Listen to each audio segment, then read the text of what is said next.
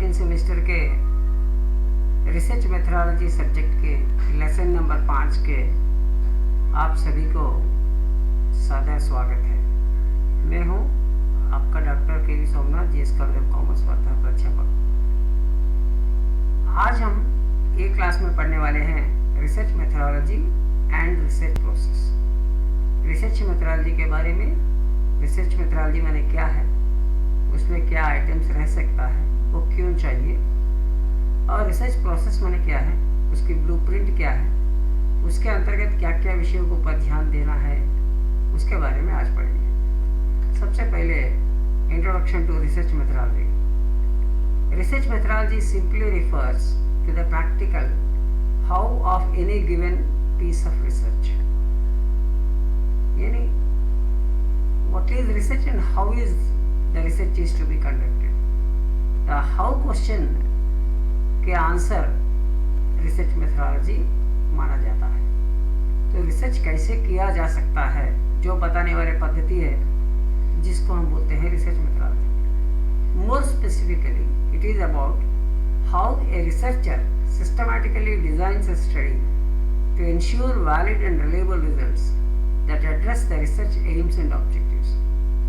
एक संशोधक एक शास्त्रीय तरीका में, सिस्टमैटिक वे में डिज़ाइन करते हुए एक अध्ययन करते हैं और जिस अध्ययन के थ्रू एक वैलिड एंड रिलायबल रिजल्ट, विश्वसनीय रिजल्ट पाने के लिए, और जिस पद्धति और जिस पर्टिकुलर ऑब्जेक्टिव्स और एम्स के जरिए पाने के लिए जो रिसर्च करते हैं, वो पाने लायक अगर रिसर्च करता है और जिस पद्धति को अडॉप्ट करता है, जिसको हम बोलते हैं रिसर्च मेथोडोलॉजी। तो रिसर्च मेथोडोलॉजी के अंतर्गत रिसर्चर को कौन कौन सी डिसीजंस लेना पड़ता है। तो पहला क्वेश्चन उनके सामने है, व्हाट डेटा टू कलेक्ट, यानी कौन सी डेटा को कलेक्ट करना है, यानी इसके अंतर्गत कौन सी डेटा को कलेक्ट नहीं भी करना है और कौन सी डेटा को कलेक्ट करना है। ये क्वेश्चन इंपॉर्टेंट, एक डिस्क्रिशन रहना चाहिए, एक जजमेंटल कैपेसिटी रहना चाहिए। कौन सी माहिती कलेक्ट करना है, कौन सी माहिती कलेक्ट करने की जरूरत नहीं है। उसके बाद who to collect it from, किसके जरिए डाटा कलेक्शन करना है, और कौन है अपने को डाटा देने वाले, इंफॉर्मेशन देने वाले, और वो जो रेस्पोंडेंट जो लोग हैं, तो उनको कौन सी सैम्पलिंग डिजाइन के अंतर्गत फिट किया जा सकता है। यानी अपने सैंपल रेस्पोंडेंट्स या टारगेट जो रेस्पोंडेंट्स हैं, वो कौन है, और वो सैम्पलिंग कौन सी प्रकार की सैम्पलिंग करना है, वो कौन से सैंपल के अंदर फिट है। और तीसरी क्वेश्चन है how to collect the data. तो डेटा कलेक्शन की जो मेथड्स एंड टेक्निक्स जो है, वो कौन कौन सी हैं जिसके जरिए डाटा कलेक्शन कर सकते हैं। और आखिरी में how to analyse the data. जो डाटा हम कलेक्ट किए हैं डिफरेंट प्राइमरी सोर्सेज से, सेकेंडरी सोर्सेज से, तो उसको कैसे विश्लेषण किया जा सकता है, उसकी इंटरप्रिटेशन कैसे किया जा सकता है, उसमें से जो आउटकम है, आउटपुट है, वो कैसे पाया जा सकता है, और उसके अंतर्गत हाइपोथेसिस को कैसे टेस्ट किया जा सकता है। ये सभी बातें रिसर्च मेथोडोलॉजी के अंतर्गत काउंट किया जा सकता है। तो this are all the things which are included in the context of the research methodology. Now will go to research process. So the research process refers to various decision stages involved in a research project and the relationship between those stages. ये research process ऐसी एक step wise procedure है। इसमें हर जगह में, हर step में एक ना एक डिसीजन लेते हुए आगे जाना पड़ता है, और हर स्टेप और हर स्टेज के बीच में एक कनेक्टिविटी रहता है, एक रिलेशनशिप रहता है, तो जिसको हम बोलते हैं research process. A researcher has to proceed systematically in the already planned direction with the help of number of steps in sequence. जो steps है priorly determined steps बोलते हैं, pre-denoted steps बोलते हैं। So वो pre-denoted, pre-defined pre designed steps जो है वो उस प्लान के अनुसार एक एक स्टेप को सॉल्व करके जाता है रिसर्चर, तो जिसको हम बोलते हैं research process. Next one, steps in the research design process. तो वो कौन कौन सी स्टेप्स है जो साइमल्टेनियसली करते हैं, सीक्वेंशियली करते हैं, क्रोनोलॉजिकल ऑर्डर में करते हैं और इफेक्टिवली करते हैं, और हर जगह में जो डिसीजंस लेते हैं उसको सॉल्व करते आगे जाते हैं। तो वो स्टेप्स क्या है और उसकी स्पेसिफिक फीचर्स क्या है, स्टैटिस्टिक्स कैरेक्टरिस्टिक्स क्या है, और उसके अंतर्गत क्या क्या सब एलिमेंट्स है घटक है, वो हर स्टेप को अभी हम एक एक विस्तार रूप से पढ़ेंगे। तो स्टेप्स क्या है?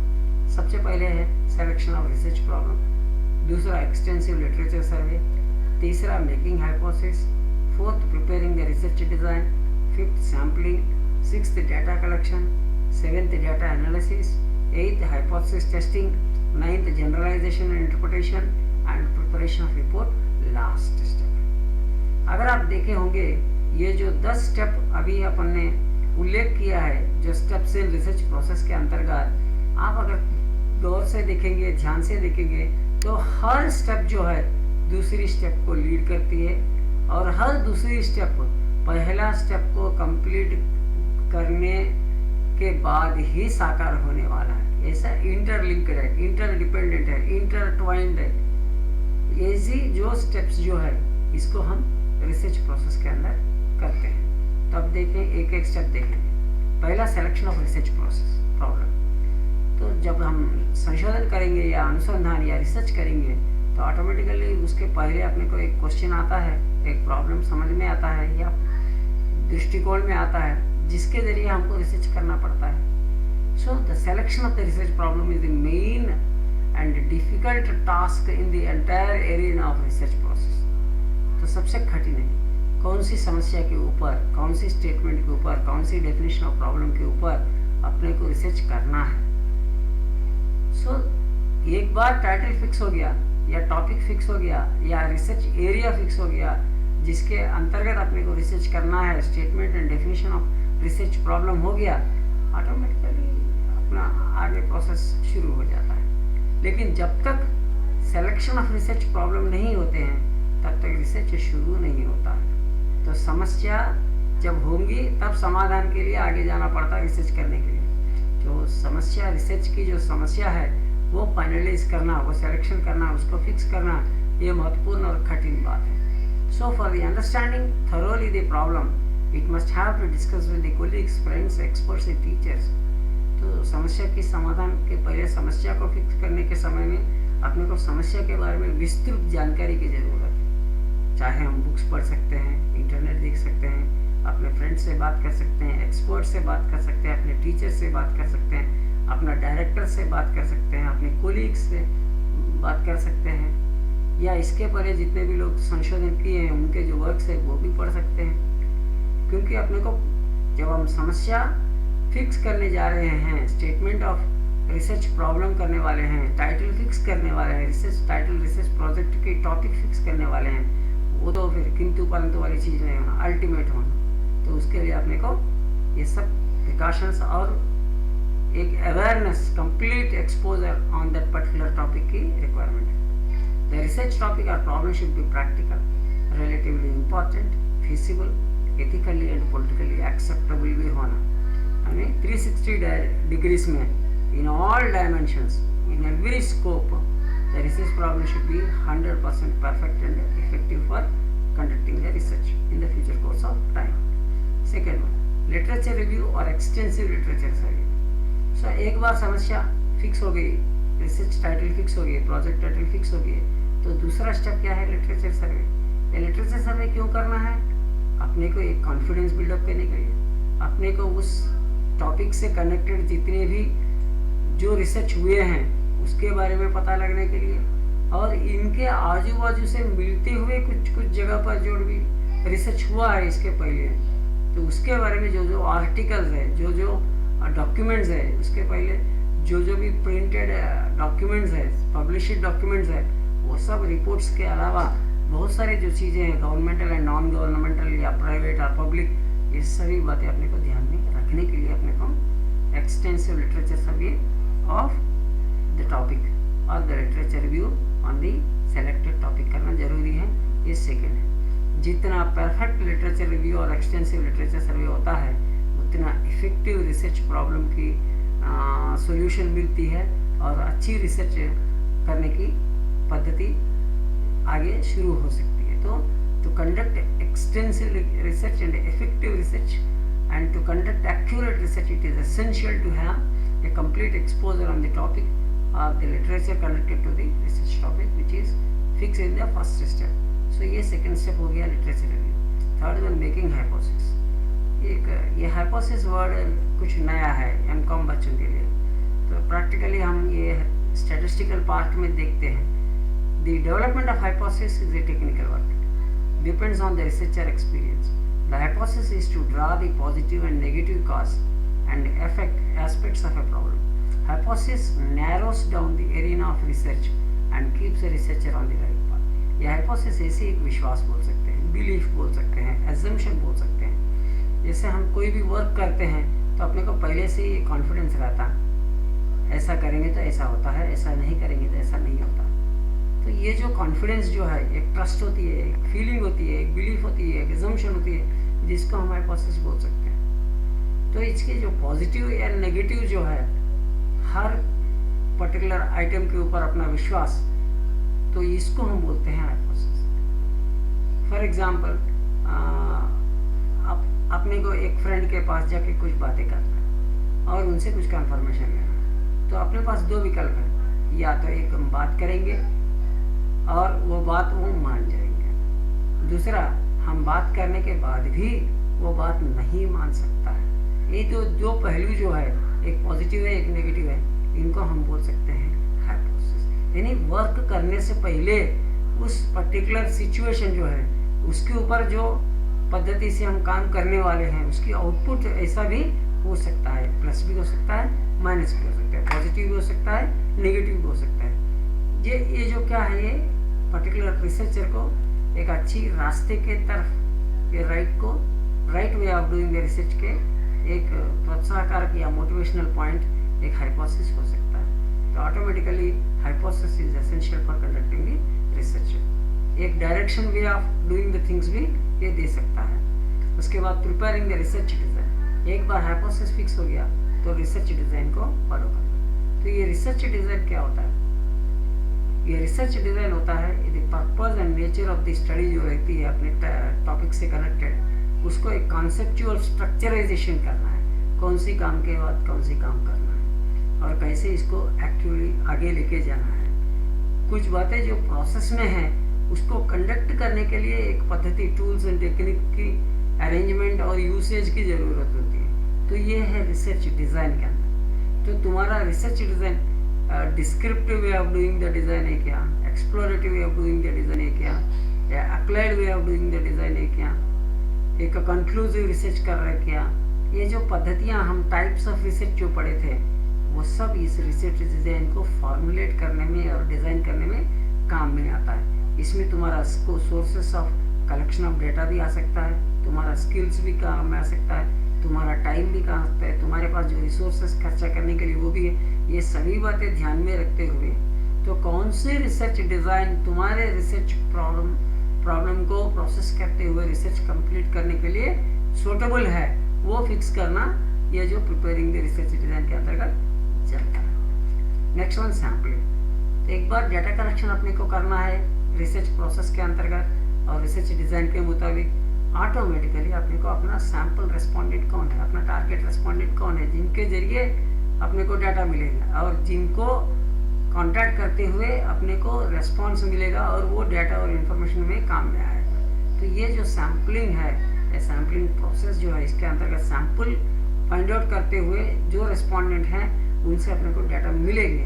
तो इसको पॉपुलेशन बोल सकते हैं, यूनिवर्स बोल सकते हैं, और जिसके अंतर्गत जो रेस्पोंडेंट है जिनको हम बोलते हैं टारगेट रेस्पोंडेंट और सैम्पल बोलते हैं। तो ये सैम्पल में भी of two types, probable sampling and non probability sampling. तो प्रोबेबिलिटी सैम्पलिंग क्या है और नॉन प्रोबेबिलिटी सैम्पलिंग क्या है? तुम अगर प्रोबेबिलिटी सैम्पलिंग के जरिए तुम्हारा रिसर्च से डाटा कलेक्शन करने वाले हो सैम्पल रेस्पोंडेंट से, तो वो कैसे करना है, क्या करना है, और नॉन प्रोबेबिलिटी सैम्पलिंग मेथड अगर तुमको अपनाना है तो ऑटोमेटिकली कैसे सिस्टमेटिकली एंड साइंटिफिकली तुम सैंपल को फिक्स करने वाले हो और जिनके जरिए तुम डाटा कलेक्शन करने वाले हो, ये भी अपने को एक इम्पॉर्टेंट सोच है। फिर 6th स्टेप है डाटा कलेक्शन। तो रिसर्च पूरी की पूरी डिपेंडेंट कहाँ पे है?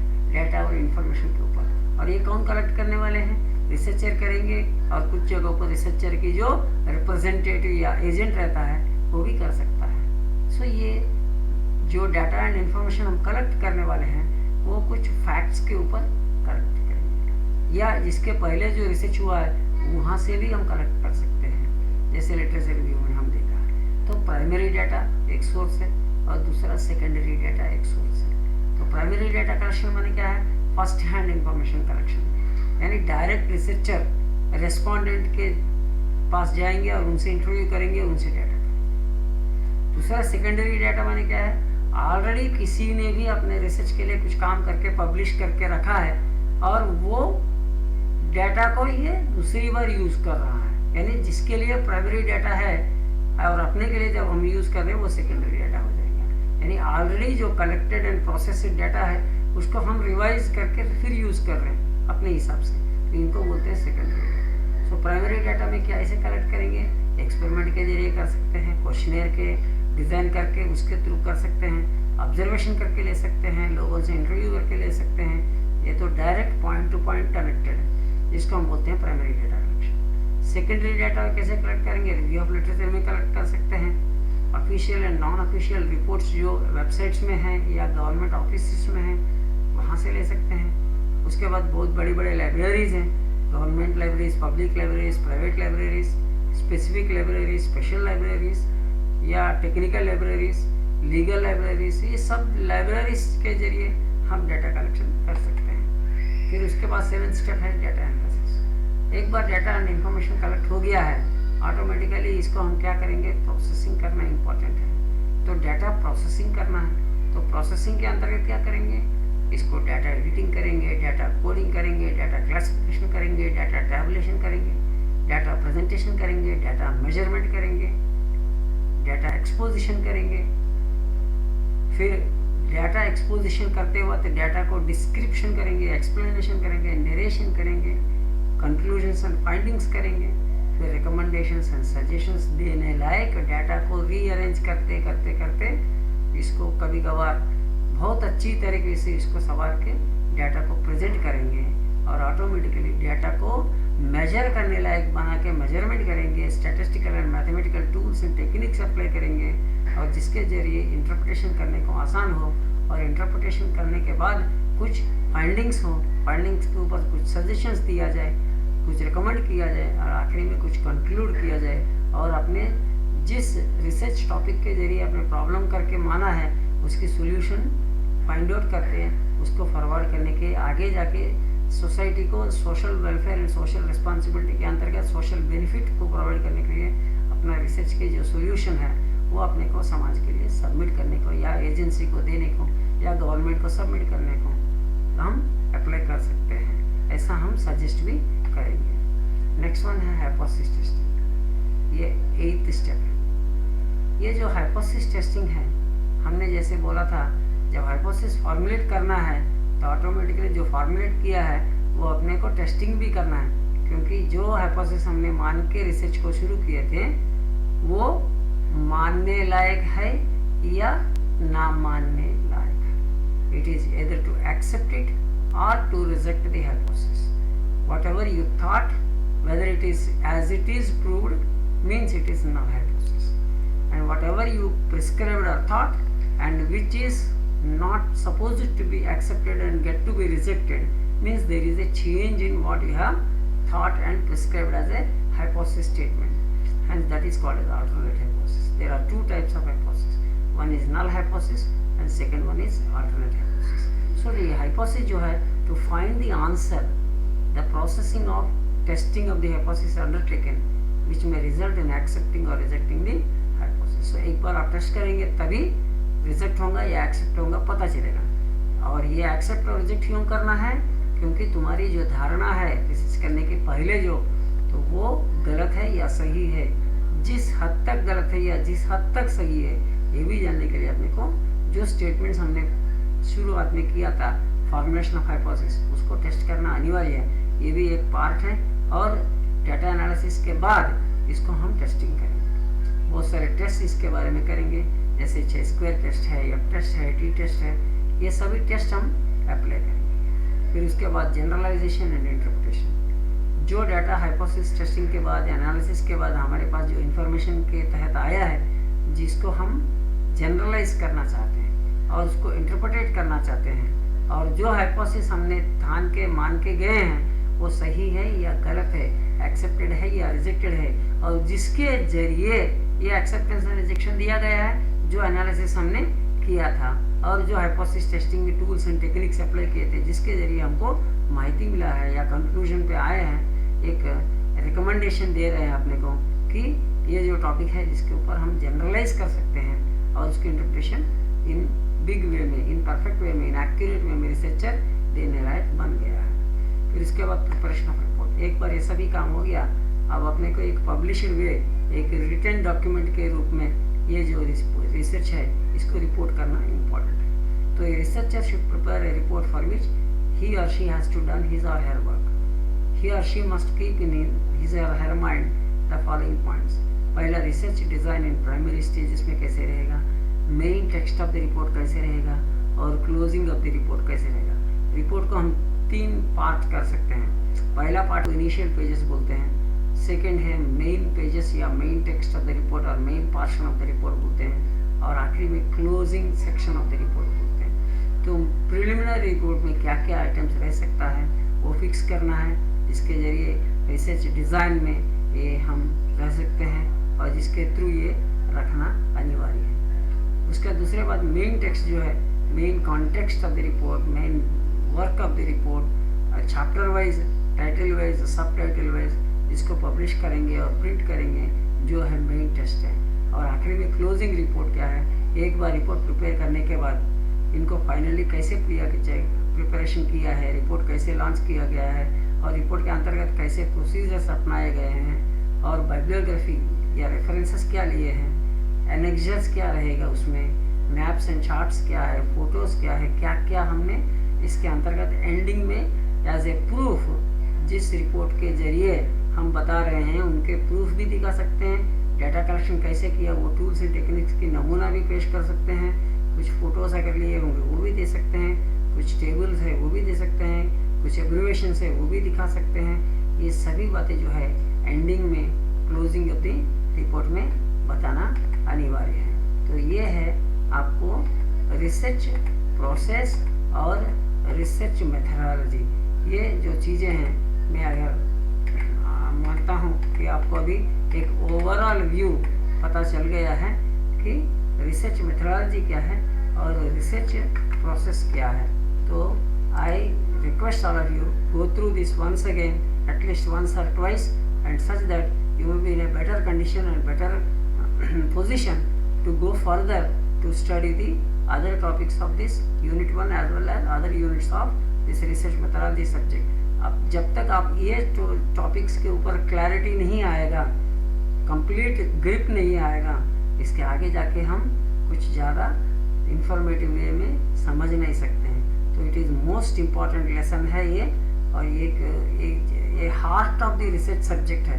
तो ये लेसन को आप कम से कम 3-4 बार देखिए, समझिए, टेक्स्ट बुक्स पढ़िए, इंटरनेट में देखिए, और इसके ज़रिए आप अच्छे से नॉलेज ले लीजिए। I hope everybody has understood it. Thank you very much. All the best. Stay safe and stay protected. Bye.